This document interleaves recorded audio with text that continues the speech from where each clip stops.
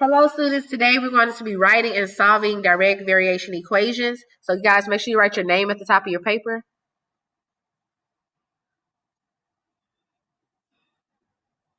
I'm Miss Graves, and your period and today's date.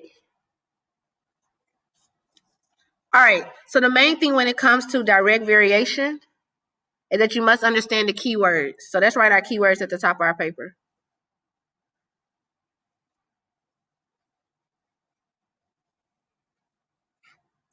So you're gonna, every time you see these words, you need to underline them. Directly proportional,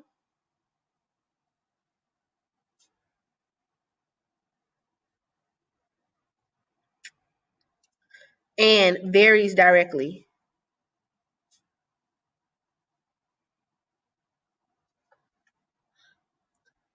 And y will always vary directly with x. And that's going to come important later when we do our word problems. So what exactly is direct variation? So we know that direct variation is related to linear functions.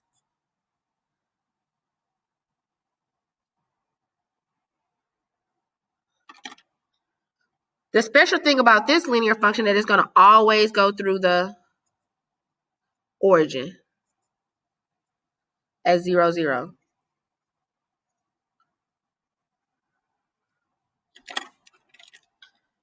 So instead of it being y equals mx plus b,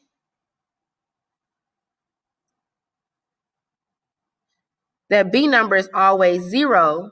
And so since it is a special case, we call this y equals kx.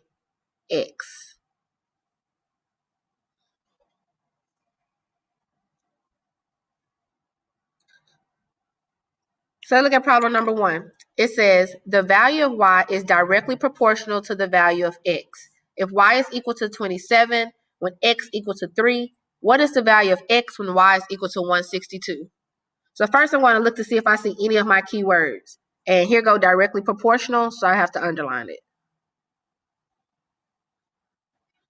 Then I like to circle all my values. So I have y equals 27, x equals 3, and y equals 162.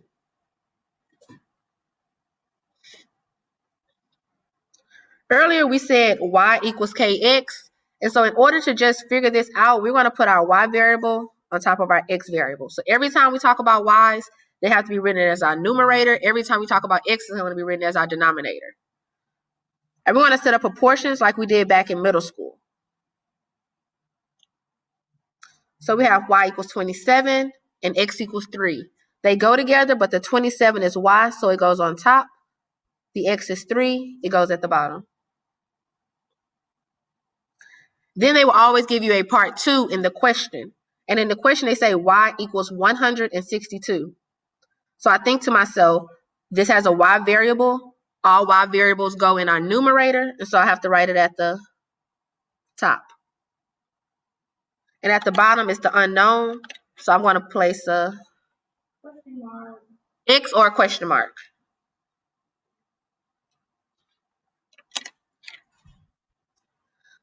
The first step when you want to work this out is to cross multiply.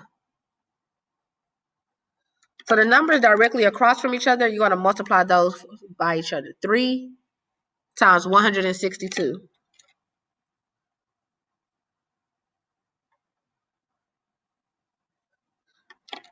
And then you divide it by the number that's left out. That's your second step.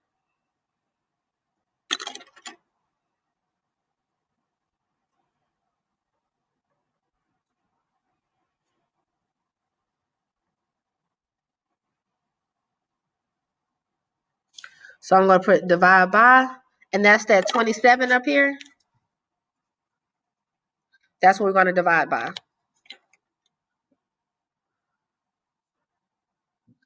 So I grab my calculator.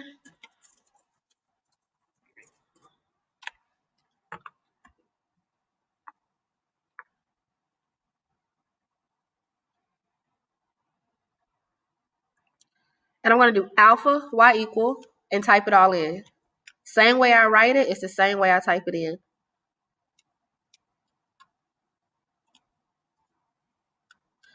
So I have 3 times 162 divided by 27. And my answer is 18. So x is equal to 18.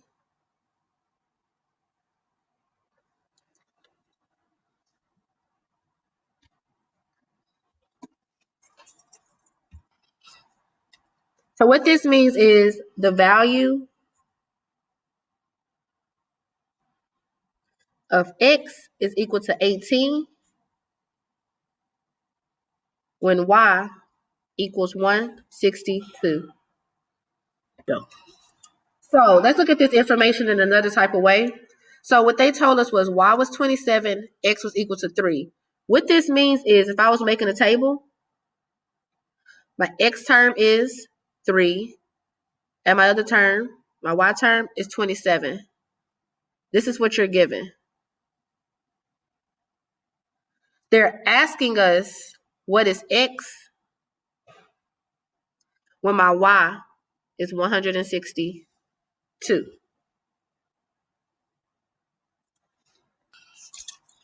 Okay, so now that we went over this concept, I want you guys to practice. So turn the page, and I want you guys to go over numbers 1 through 4.